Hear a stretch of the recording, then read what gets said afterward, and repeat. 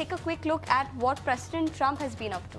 Yes, he has mentioned several comments and days after SCO summit which saw PM Modi, Xi Jinping and Putin together, US President has now taken the pot shots in latest Truth Social post. He wrote, "Looks like we have lost India and Russia to deepest, darkest China. Maybe they have a long and prosperous future together." We are not watching any movie.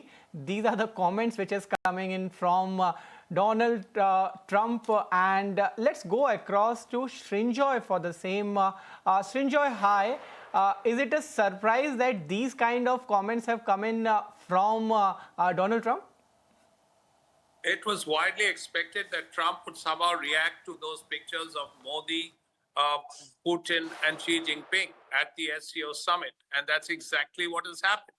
Now, when he says that we have lost India and we have lost Russia, what does it say about his own State Department? What does it say about his Secretary of State, Marco Rubio? Does it mean that this is a failure of American diplomacy? Does it mean that America has tried to make friends with India and failed? America has tried to make friends with Russia. And let's not forget that he's just had a bilateral with Putin himself in Alaska and failed. So this is a clear overreaction. And perhaps even Americans are a little disappointed and bemused by what the president is saying. Because to say that we have lost India and we have lost Russia in a world, in a diplomatic world, is a little unusual. Not many presidents have ever said something like this, but then not many presidents have been like President Trump. But anyway, he is the way he is, and he's making it clear he believes he's lost India and he's lost Russia. But the question is, why has India been lost? The fact that India is very unhappy with the way things have been, with this 50% tariff and all that, is something that Trump himself too should keep in mind. And it's only because of this tariff of 50% that India is unhappy with the way bilateral relations have been. And quite rightly, India believes that India needs to buy oil and India needs to buy Russian oil. This is not something that the Americans were unhappy with in the past. You know these things. The Americans had said two things to us. Number one, you can buy Russian oil. It's not a problem because it will help to keep prices of oil down. Secondly, when you refine oil and sell it to us, and this is the American government speaking, we will treat it as Indian oil. After that, a 50% tariff came as a surprise. But then why should anyone be surprised by anything the President of America does or says? Right, Srinjoy, point well taken. I also have with me Sumita Karir, who's tracking this matter very closely. Sumita, remember earlier, Trump had made a comment that India has offered zero rates. Now he's saying India and Russia are lost to China. Do you think these kind of words are showing a kind of helplessness that he is not dictating the terms which India should agree? And more than that, India is sticking to their stance. Absolutely. In fact, this really shows to some extent Donald Trump's frustrations with respect to the Russia-India-China bloc getting together. In fact, that of course was explored as a possibility on whether that will happen or not. But Donald Trump right now stating that looks like we've lost India and Russia to deepest, darkest China. And of course, we've seen the kind of comments that he's made in the past 2 days itself. Ever since the SCO summit got wrapped up, some people from his administration dismissed the SCO summit. And then, of course, he jibed at China as well for sort of partnering with Russia. And, of course, so sharp commentary really coming in from Donald Trump. Remains to be seen the kind of commentary that comes in from India's Foreign Affairs Ministry and how they are going to respond to these allegations or Donald Trump's frustrations, rather, with respect to Russia, India, China bloc and the fact that the U.S. president feels that India has moved away. Remember, this was along expected lines, given the fact that the United States has attacked India over the past many months, with whether it's related to tariffs or India's energy trade with Russia. He's not really called out China, which continues to have the largest energy trade with Russia, despite the fact that they also signed a gas pipeline deal with Russia as well. But no comments of condemnation, no comments of criticism came in for China. He has specifically targeted India. And very recently also, he essentially spoke about the fact that India is being targeted because he is looking at a closure of the Russia-Ukraine war to some extent. Sumita, also help us understand what do these comments signal in terms of the trade deal that was going to be signed between US and India. Do you see like these the timeline for this being pushed even further?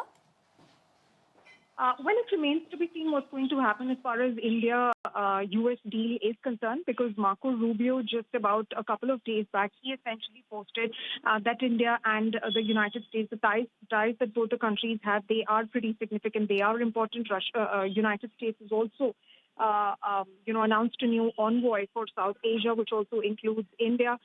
So some sort of, softening of stance being seen from some people of his administration. However, Donald Trump has been really firm with respect to a deal between United States and India. He has essentially stated also just 2-3 days back that there's not going to be any deal. However, India's Commerce Minister just yesterday stated that he hopes that the first tranche of the bilateral trade agreement will be completed by November this year. Whether that happens or not remains to be seen, given the fact that India and the United States, they continue to remain at various levels. Diplomatic engagements are also going on. The 2+2 dialogue happened. Defense exercises were also carried out in Alaska. But whether talks on deal are happening at the moment, well, we're trying to seek some clarity from the Indian government at the moment on that.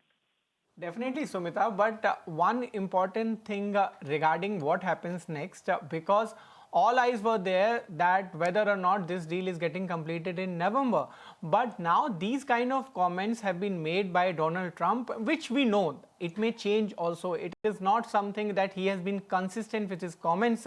Of course, deal negotiations are going on and India has made very clear that negotiations are underway. In this context, do you see there can be any further action, especially diplomatic ones, which US can take it further? And conversely, what are the options India has? Right, so we'll again connect with Sumita on the issue, but Anjali, the important question here is whether or not we are in discussion with the deal negotiation with US. Yes, that is happening. US President unilaterally announced that we have offered 0% tariff.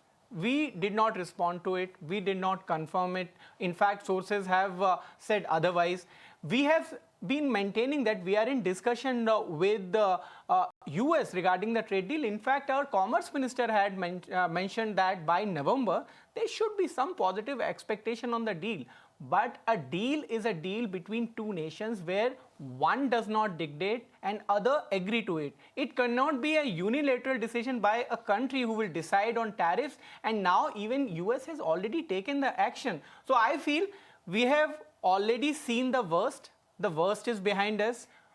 We know 50% tariffs have already been levied, and we are already preparing as far as exporters are concerned. The Commerce Minister has already held several meetings and we are looking for more options.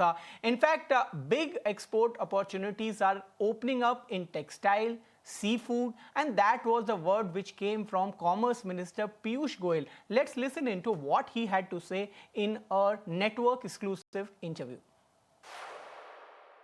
There is opportunity in the domestic market and there is opportunity in export.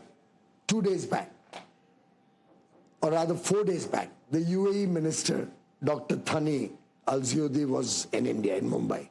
We had 2 days of extensive discussions. And he helped connect us with the two sectors which are significantly impacted right now, textiles and shrimp. He's helped connect us with the people in UAE who can help us look at a large market all across Africa. People don't realize Africa is an importer of $45 billion worth of textiles. Many countries in Africa are importing fish. The Gulf countries are importing fish.